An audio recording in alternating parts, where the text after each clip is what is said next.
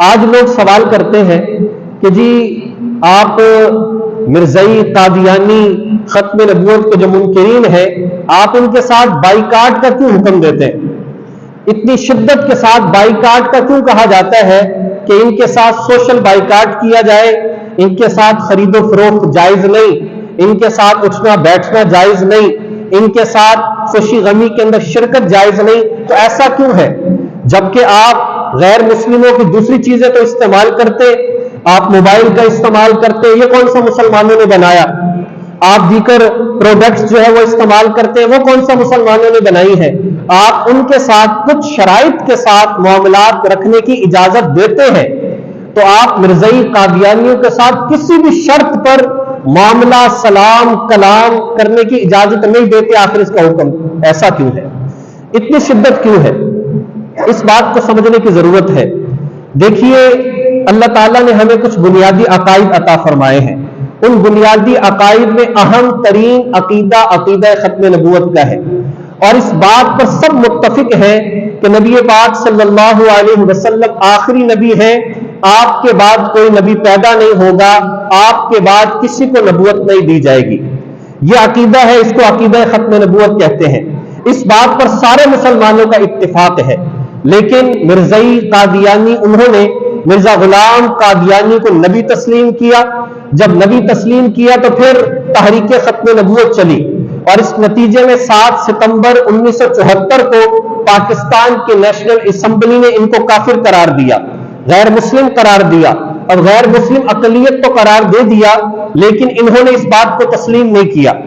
اور اس کے بعد یہ مسلمانوں والا نام، مسلمانوں کی عبادت گاہ کی طرح عبادت گاہ کا بنانا اور اس کو مسجد کہنا، اور اسی طرح سے جو ہے اپنے مذہب کو اسلام کہنا، اپنی کتاب کو قرآن کہنا، یہ اس طرح کی اصطلاحات کو استعمال کرنا انہوں نے اپنے لیے جاری رکھا۔ تو پھر مسلمانوں نے تحریک چلائی کہ جب یہ مسلمان نہیں ہیں تو یہ اپنے لیے مسلمانوں والے نام استعمال کیوں کرتے ہیں؟ چنانچہ ضیاء الحق کے دور میں 26 اپریل 1984 کو ایک آرڈیننس پاس ہوا، جس کے اندر یہ پابندی لگا دی گئی کہ مرزائیوں کو، قادیانیوں پر یہ پابندی ہے، اپنے آپ کو مسلمان نہیں کہہ سکتے، اپنے مذہب کو اسلام نہیں کہہ سکتے، اپنی عبادت گاہ کو مسجد نہیں کہہ سکتے، اور اسی طرح سے اپنی کتاب کو قرآن، یا اسی طریقے سے مرزا غلام قادیانی کو محمد رسول اللہ نعوذ باللہ یہ نہیں کہہ سکتے۔ یہ پابندیاں لگائیں۔ اب یہ پابندیاں تو لگا دی، لیکن اس کے باوجود یہ لوگ باز نہ آئے، اس کے باوجود انہوں نے اپنی تبلیغ کو بند نہیں کیا، اس کے باوجود انہوں نے مسلمانوں کو نقصان پہنچانا یہ بند نہ کیا۔ مسلمانوں سے ان کو نفرت، پاکستان سے ان کو نفرت، نبی علیہ الصلوۃ والسلام کی توہین یہ کرتے ہیں، صحابہ کرام کی توہین یہ کرتے ہیں، قرآن پاک کی توہین یہ کرتے ہیں، حرمین شریفین کی توہین یہ کرتے ہیں۔ اس بنیاد پر ان پر پابندیاں ہیں کہ یہ ان چیزوں کو استعمال نہیں کر سکتے، اور اس سے بڑھ کر یہ لوگ اپنی قادیانیت کو پھیلانے کے لیے، بڑی اہم بات، اپنی قادیانیت اور مرزائیت کو پھیلانے کے لیے مرزائیوں پر یہ لازم ہے کہ جو مرزائی ہے وہ اپنی جو آمدن ہے اس آمدن کا 10% یہ قادیانیت کو پروموٹ کرنے کے لیے جمع کروائے گا، قادیانیت کو پھیلانے کے لیے جمع کروائے گا۔ آپ تو 2.5% زکوٰۃ نہیں دیتے، لیکن وہاں پر کیا ہے کہ ہر مرزائی قادیانی اپنی آمدنی کا 10% مرزائیت کو پھیلانے کے لیے دیتا ہے، اور یہ ان پر لازم ہے۔ اسی وجہ سے جب وہ مسلمانوں کو غیر مسلم بنانے میں، مرزائیت کو پھیلانے میں اپنی آمدنی کا حصہ خرچ کرتا ہے، تو مسلمانوں کو چاہیے کہ ان سے چیزیں نہ خریدیں، اس لیے کہ جب یہ چیزیں خریدیں گے تو گویا کہ یہ ان کی مدد کر رہے ہیں مرزائیت کو پھیلانے میں، گویا کہ یہ مدد کر رہے ہیں قادیانیت کو پھیلانے میں، مسلمانوں کو اسلام سے نکالنے میں۔ دو بڑی اہم وجوہات ہیں جس بنیاد پر مرزائیوں سے بائیکاٹ انتہائی ضروری ہے، اور وہ دو وجوہات عام غیر مسلموں کے اندر نہیں پائی جاتی۔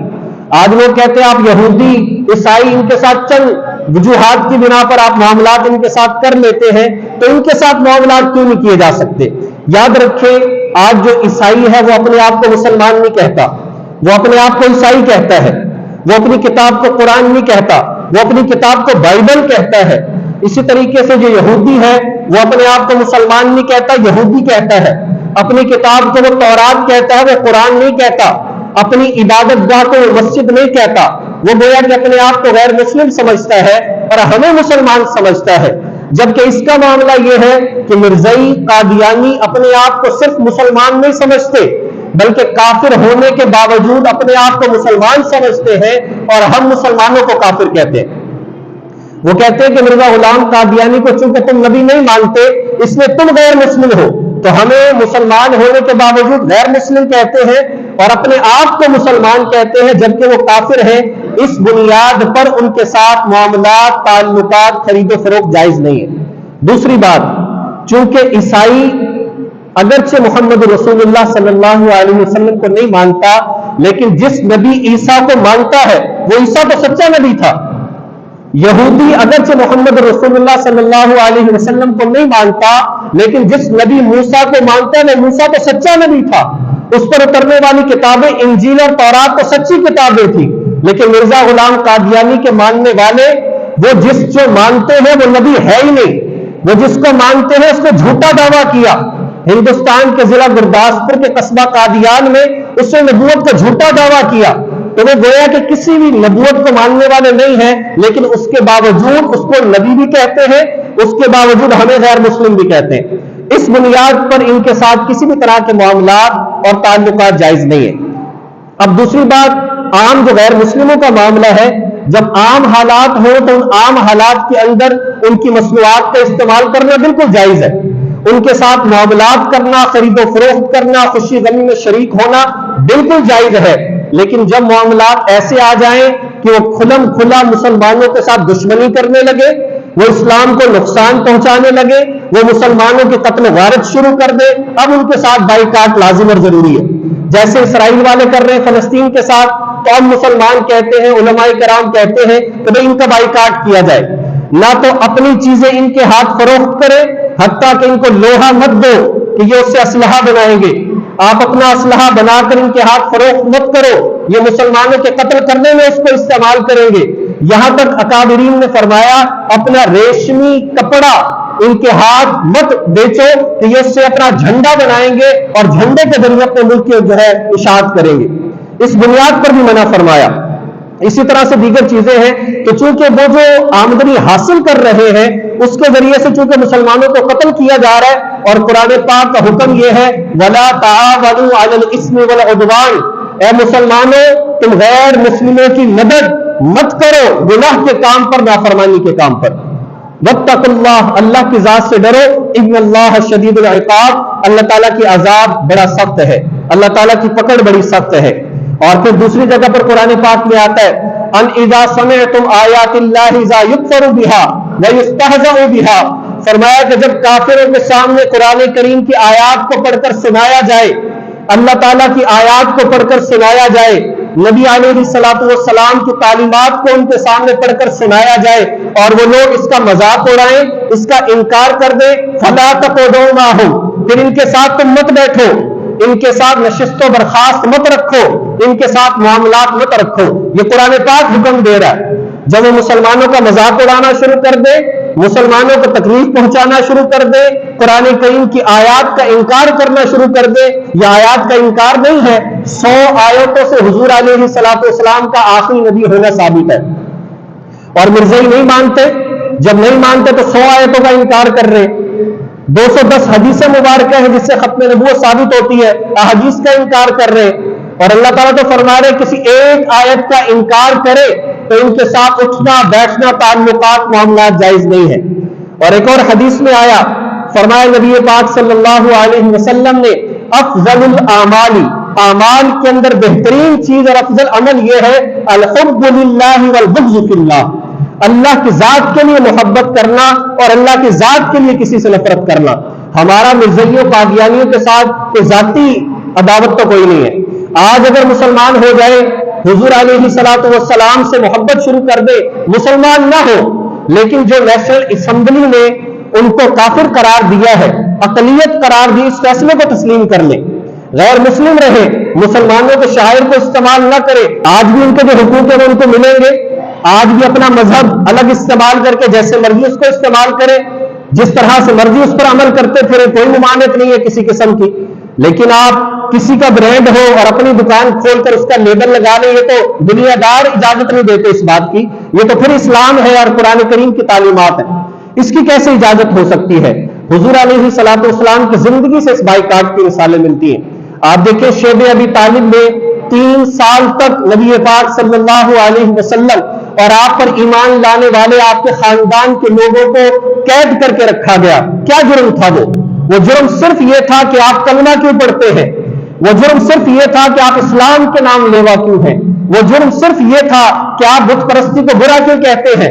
اس بنیاد پر نبی علیہ الصلوۃ والسلام کا 3 سال تک سوشل بائیکاٹ کیا۔ ان کو کھانے پینے کی چیزیں مت لانے دو، ان کو کوئی چیز خرید و فروخت کے لیے مت دی جائے۔ مسلمانوں کا حال یہ ہو گیا تھا کہ پیسے موجود ہیں لیکن چیز خرید نہیں سکتے تھے، لوگ بیچتے ہی نہیں تھے، اور مسلمانوں نے درختوں کے پتے کھا کر اپنا گزارا کیا۔ یہ سوشل بائیکاٹ انہوں نے کیوں کیا؟ اس لیے کیا کہ تاکہ مسلمان مجبور ہو کر اسلام کو چھوڑ دے اور کفر میں واپس آ جائے، یہ اس لیے انہوں نے کیا۔ اور جب مسلمانوں کے پاس اقتدار آیا ہے تو نبی علیہ الصلوۃ والسلام نے بھی غیر مسلموں کے ساتھ پھر ایسا کیا۔ حضرت ثمامہ رضی اللہ تعالی عنہ کے بارے میں آتا ہے، یہ یمن کے گورنر اور بادشاہ تھے۔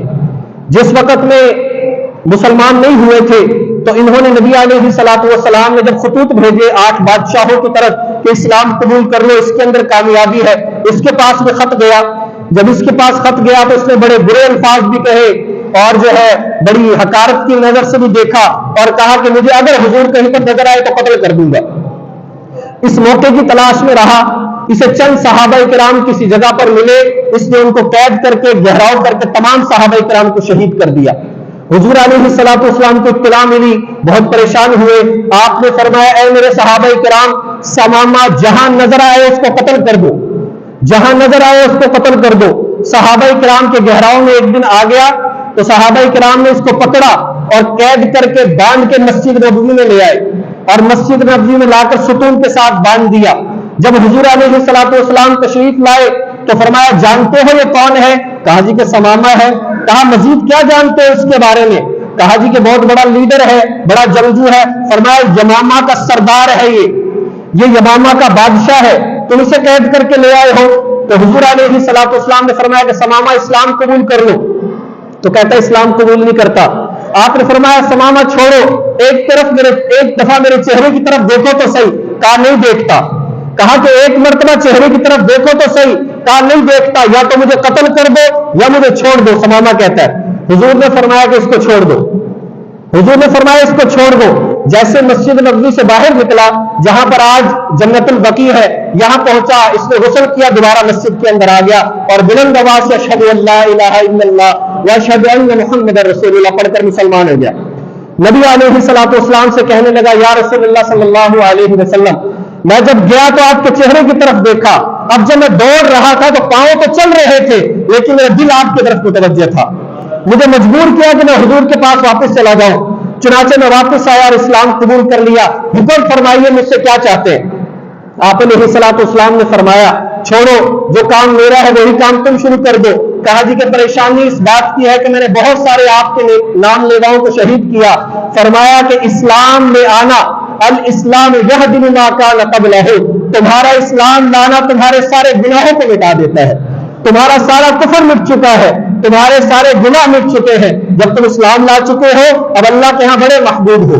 چنانچہ یہ چلا گیا اور پھر نبی علیہ الصلوۃ والسلام سے کہنے لگا میں مکہ جانا چاہتا ہوں، وہاں پر جا کر عمرہ کرنا چاہتا ہوں۔ حضور نے فرمایا عمرہ ضرور کرو لیکن توحید کے مطابق کرنا، عمرہ ضرور کرو لیکن تلبیہ وہ نہیں جو پہلے پڑھتے تھے، تلبیہ آج وہی پڑھنا لبیک اللہم لبیک لبیک لا شریک لک لبیک ان الحمد والنعمت لک والملک لا شریک لک، توحید کا اقرار کرنا۔